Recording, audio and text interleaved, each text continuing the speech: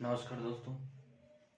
आज हम 10th class की थर्ड क्लास पढ़ने जा रहे हैं। वो है मेंसुरेशन यानी क्षेत्रमिति। ठीक है दोस्तों, क्षेत्रमिति दो प्रकार से पढ़ते हैं दोस्तों। एक तो होती है हमारे पास 2D और एक होती है 3D। 2D का मतलब होता है 2 डायमेंशन और 3D का मतलब होता है 3 डायमेंशन। यानी 2D का मेन मतलब तो क्या होगा कि ये होगी हमारी x और ये y अक्ष और ये होगी x अक्ष। ठीक है, ये होगा 0 पॉइंट। मतलब क्या होगा दोस्तों, 2D हमारी दो ही अक्षों पे चलती है और 3D रहेगी, वो 3 अक्ष रहेंगे। फिर ये आ जाएगा z अक्ष। z जैसे दोस्तों कोई भी वस्तु है वो 2 डायमेंशन है यानी दो अक्षों में, जैसे x अक्ष और y अक्ष में है तो उसे हम 2D कहेंगे। जैसे हमारे पास कुछ एग्जांपल्स हैं। ठीक है,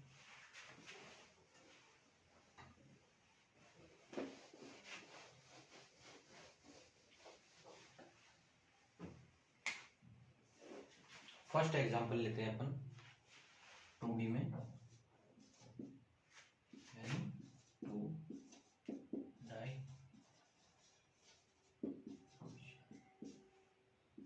में पहला एग्जांपल हमारा वृत्त। दोस्तों वृत्त होने को एक सर्किल होता है, लेकिन अपन कई बार जैसे एक सिक्का हो गया वो एक वृत्त हो गया। लेकिन कभी कभी अपनी भाषा में जैसे सिक्का गोल होता है तो बॉल को भी हम गोल कह देते हैं, लेकिन बॉल एक्चुअल में 2 डायमेंशन नहीं है, वो है 3 डायमेंशन। तो वृत्त में आएगा हमारे पास, देखो ये मान लो ये गोला हो गया। ठीक है, अब ये गोले में ये 2 डायमेंशन में, ये तो इसकी y अक्ष होगी और ये हो गई इसकी x अक्ष, यानी ये उभरा हुआ नहीं है, सिर्फ चपटा हुआ है। ठीक है, तो ये हो गया हमारा y अक्ष और ये हो गई x अक्ष। अब इसमें देखो यहां से चले तो ये पूरा गोला यहां से इसकी परिधि हो गई, ये परिधि हो गई और ये वाला इसका क्षेत्रफल हो गया। ये हो गया इसका एरिया, यानी ये हो गया क्षेत्रफल। अब हम पढ़ेंगे, देखो वृत्त का अगर परिमाप की बात करें, परिमाप बराबर क्या होता है 2 पाई r और पाई इज इक्वल टू 22/7। ठीक है, यहाँ r बराबर क्या होगा, r बराबर होगी त्रिज्या। हम त्रिज्या किसे कहेंगे दोस्तों, त्रिज्या वो होती है कि वह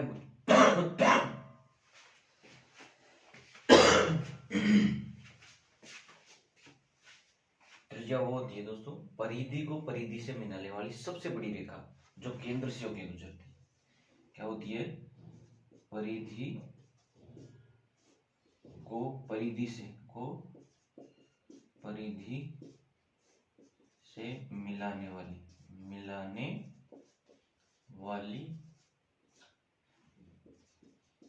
सबसे बड़ी रेखा। ठीक है दोस्तों, परिधि को परिधि से मिलाने वाली सबसे बड़ी रेखा जो केंद्र से होकर गुजरे, वो क्या होता है, व्यास होता है। और व्यास यानी 2r बराबर व्यास, और परिधि हमेशा व्यास की आधी होती है। ठीक है, तो r बराबर व्यास बटे 2, ये होता है दोस्तों हमारा वृत्त। अब आते हैं अपन इसके क्षेत्रफल की बात करें, तो देखो क्षेत्रफल क्या होता है, क्षेत्रफल बराबर पाई r स्क्वायर, पाई का मान 22/7, r स्क्वायर यानी r का मान, ये हो गया वृत्त दोस्तों। ठीक है, नेक्स्ट अपन अगला आता है हमारे पास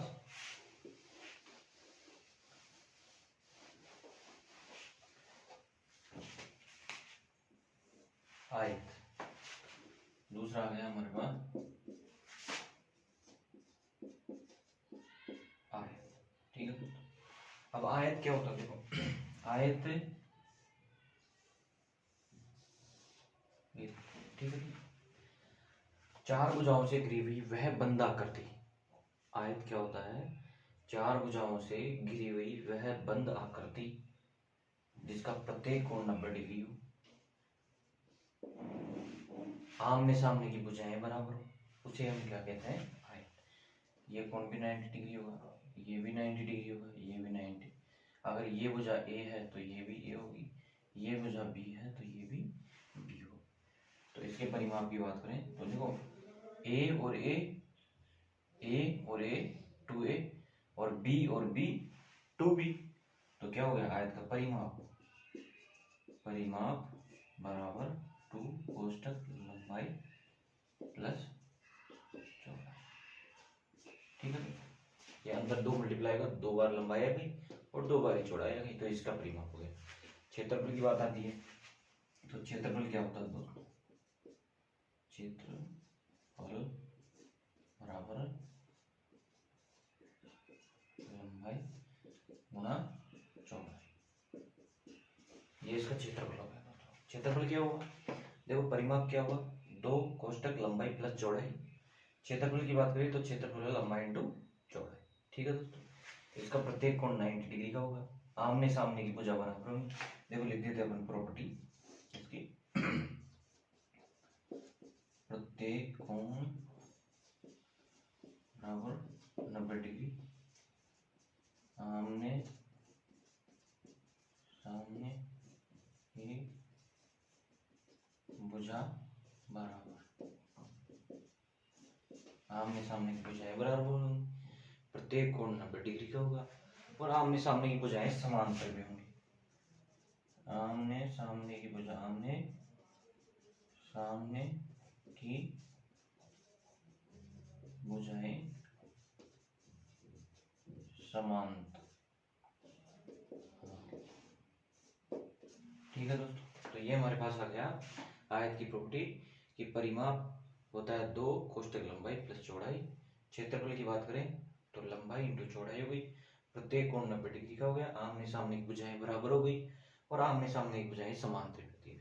अब देखो दोस्तों, विकर्ण की बात करें तो विकर्ण हमारे पास ये इसका विकर्ण हो गया, मान लो डी इसका विकर्ण। देखो दोस्तों, ये कोण 90 डिग्री, इसके भुजा सामने वाली 90 डिग्री के सामने वाली भुजा कर्ण, ये हो गई कर्ण, ये इसका आधार हो गया और ये इसका लंब हो गया। ठीक है दोस्तों, तो देखो अपन जब ये निकालेंगे इसका विकर्ण बराबर, देखो विकर्ण का स्क्वायर बराबर ए का स्क्वायर प्लस बी का स्क्वायर, तो विकर्ण बराबर अंडर रूट ए स्क्वायर प्लस बी स्क्वायर या डी बराबर अंडर रूट ए स्क्वायर प्लस देखो क्या दिया अपन ने, ये 90 डिग्री के सामने वाली भुजा कर्ण कहलाती है, तो यानी कर्ण या विकर्ण का स्क्वायर बराबर ए स्क्वायर प्लस बी स्क्वायर। ठीक है, विकर्ण बराबर ये स्क्वायर उधर जाएगा तो अंडर रूट हो जाएगा, अंडर रूट होगा, डी बराबर अंडर रूट ए स्क्वायर प्लस बी स्क्वायर, तो ये इसका हो गया विकर्ण। ठीक है दोस्तों, नेक्स्ट अपन पढ़ते हैं इसी में वर्ग।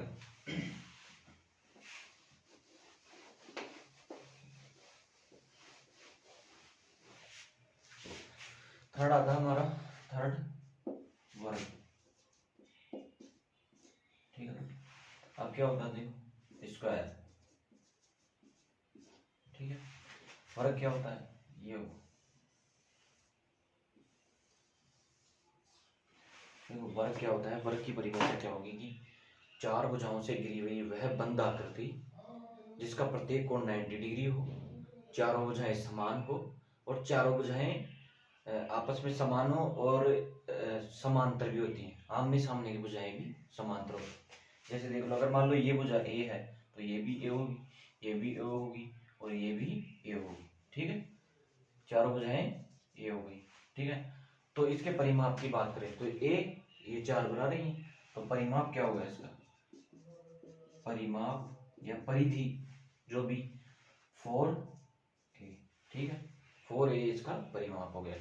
क्षेत्रफल की बात करें तो देखो दोस्तों, अपन ने किया था कि लंबाई इंटू चौड़ाई, तो a गुना a यानी a गुना a यानी a स्क्वायर, या फिर उसे क्या देते हैं भुजा स्क्वायर। भुजा स्क्वायर इसका क्या हो गया, इसका जो क्षेत्रफल हो गया, ठीक है। इसी में भी, इसमें भी वही प्रॉपर्टी है। देखो इसमें क्या होता है, प्रत्येक कोण 90 डिग्री, चारों भुजाएं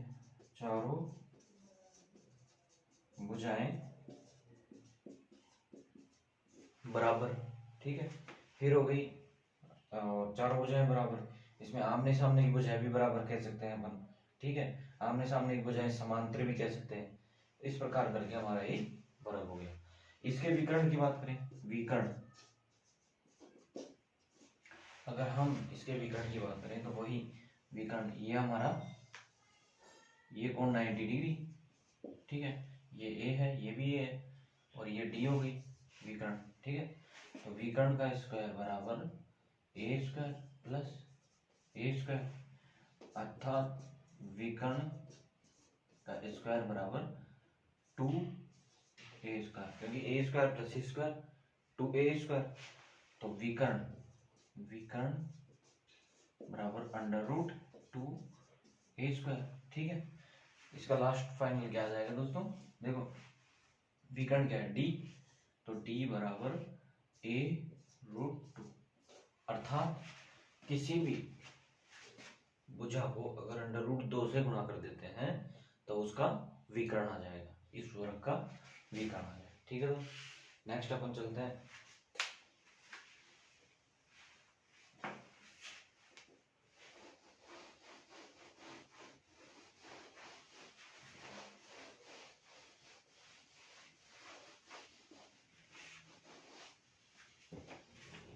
हमारा वही 2D में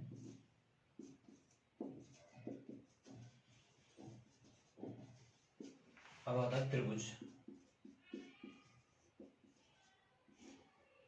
ठीक है। त्रिभुज इस कई प्रकार के होते हैं, एक तो हो गया हमारा, देखो त्रिभुज कई प्रकार के होंगे, तो एक तो हो गया हमारा समकोण त्रिभुज, समकोण त्रिभुज, ठीक है। दूसरा हो गया समबाहु त्रिभुज, तीसरा हो गया हमारा समद्विबाहु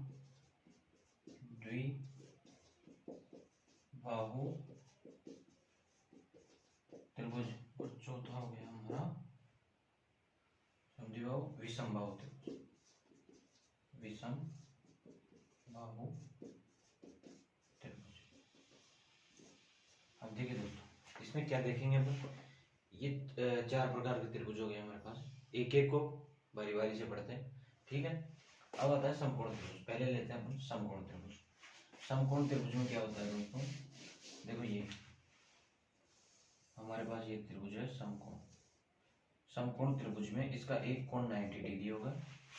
देखो पहले तो त्रिभुज क्या होता है कि त्रिभुज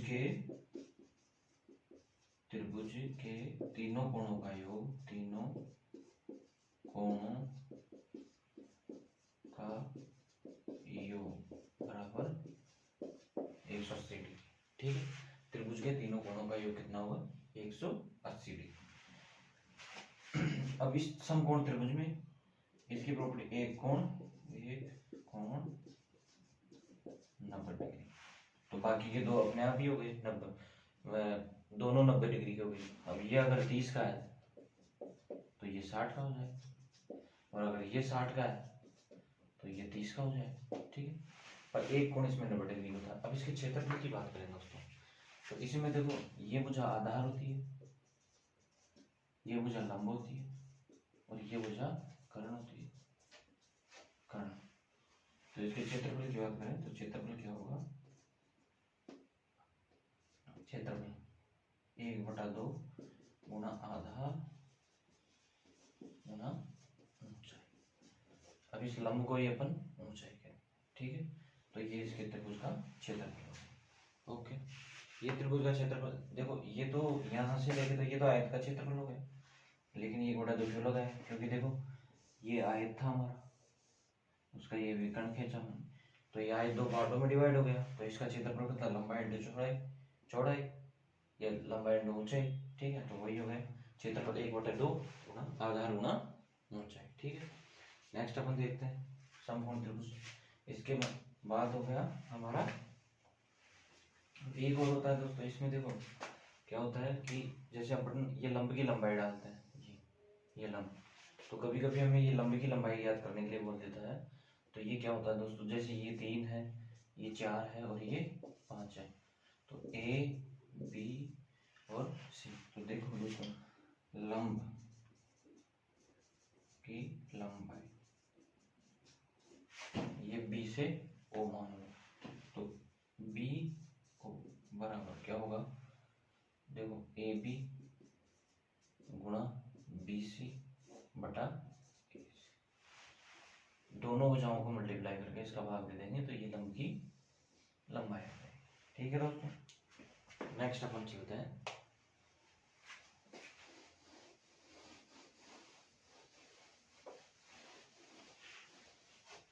नेक्स्ट एक में समबाहु त्रिभुज। समबाहु जिसकी सारी भुजाएं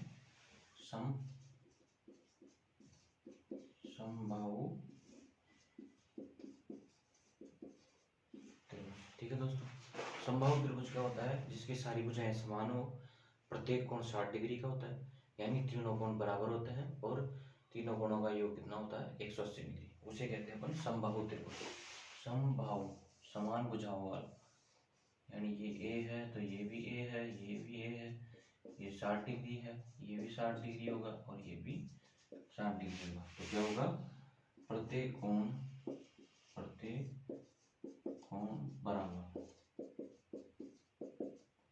ठीक है। प्रत्येक भुजा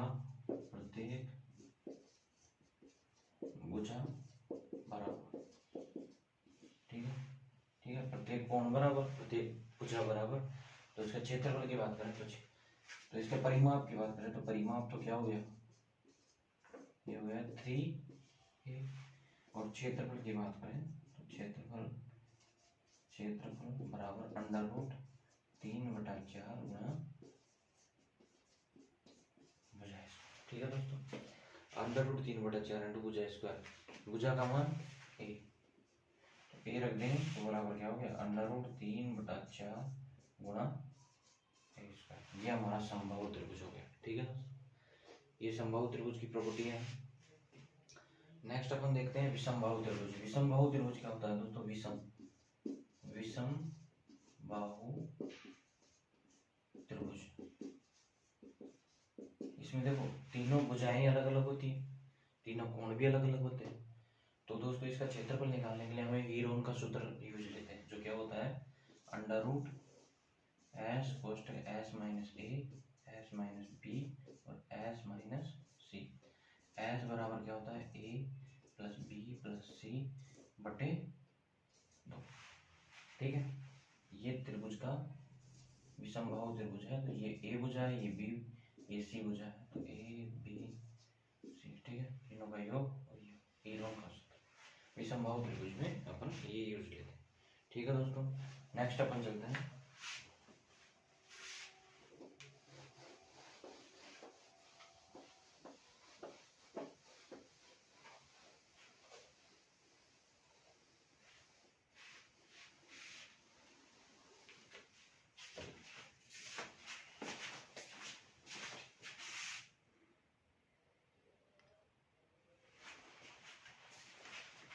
अब दोस्तों अपन पढ़ते हैं 3D एनिमेशन, यानी 3D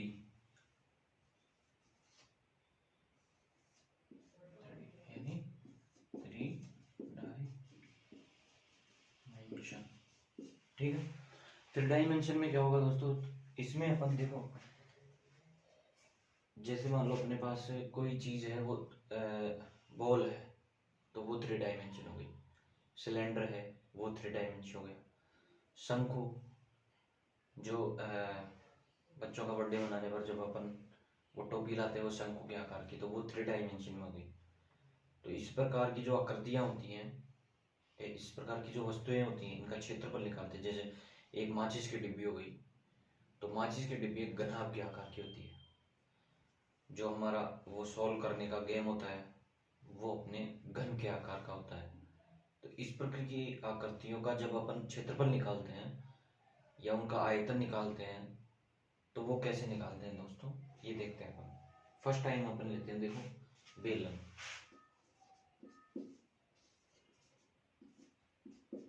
बेलन, ठीक है।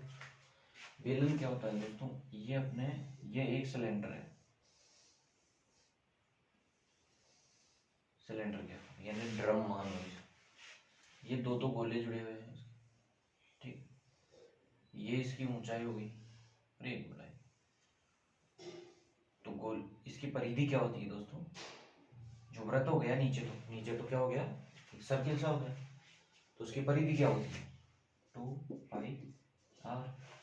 अगर अपन इसको ऊंचाई से गुणा कर दें तो इसका क्या हो गया, ऊंचाई। तो ये हो गया इसका वक्र पृष्ठ क्षेत्र, वक्र पृष्ठ क्षेत्रफल क्या हो गया, 2πr। ये कैसे होगा दोस्तों, देखो अपने पास सिर्फ इस एरिया का लिया है अपन ने, ये वाला एरिया जो उसके चारों तरफ होता है, जैसे ऐसे चारों तरफ होता है उसका लिया है। बाकी ये दो चीजें तो अपने छोड़ दी। तो ये तो हो गया वक्र पृष्ठ क्षेत्रफल। अगर संपूर्ण पृष्ठ क्षेत्रफल की बात करें, संपूर्ण पृष्ठ क्षेत्रफल इसकी बात करें तो क्या होगा, 2πr/h प्लस दो ये हैं, एक गोला ये एक गोला, तो इनका क्षेत्रफल क्या होता है, एक गोले का क्षेत्रफल कितना होगा, एक वृत्त का क्षेत्रफल कितना होगा, πr²h, πr²। तो दो का क्या होगा, 2πr², ठीक है। अब अपन इसमें से कॉमन लेंगे, 2πr कॉमन ले लेंगे, तो यहाँ तो क्या बच गया h, और यहाँ कितना मतलब r। तो ये अपना होगा संपूर्ण पृष्ठ क्षेत्रफल।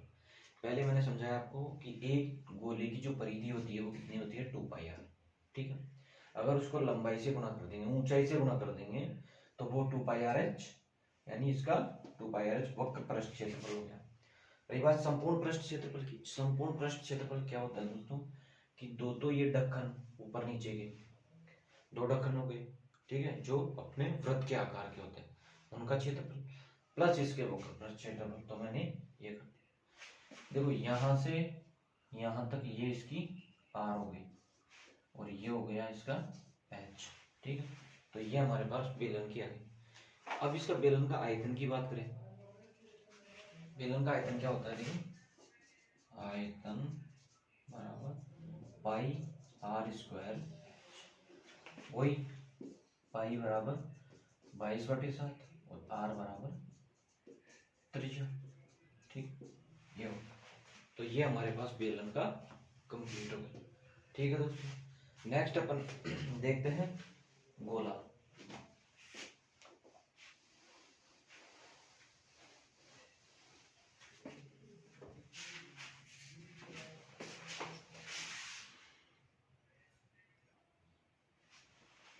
इसी प्रकार दोस्तों नेक्स्ट अपन देखते हैं गोला।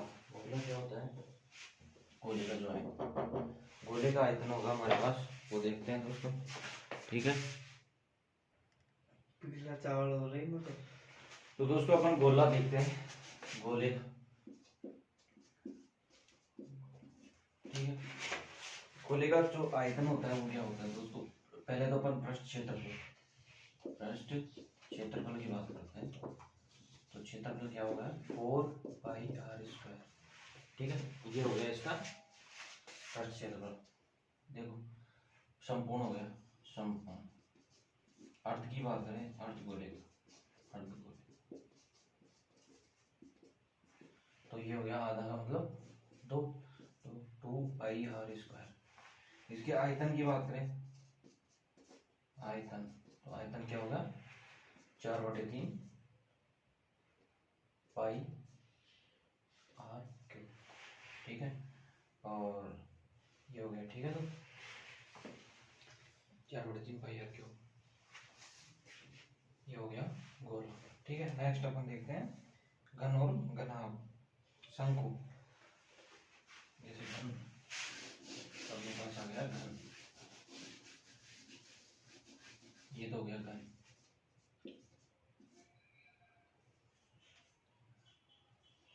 घन क्यों, ये क्या होता है दोस्तों, ये देखो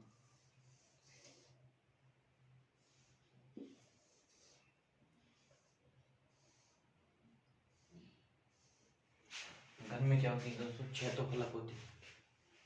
ठीक है, तो एक फलक का क्षेत्रफल कितना हो गया, ए स्क्वायर, तो 6 का कितना हो गया 6, तो संपूर्ण क्षेत्रफल कितना हो गया इसका 6 ए स्क्वायर। ठीक है, इसके आयतन की बात करें दोस्तों, तो आयतन हो गया इसका ए की पावर 3 यानी भुजा की पावर 3 इसका आयतन हो गया। ठीक है, और नेक्स्ट आएगा हमारा घनाभ। ठीक है, तो घनाभ ये होता है दोस्तों,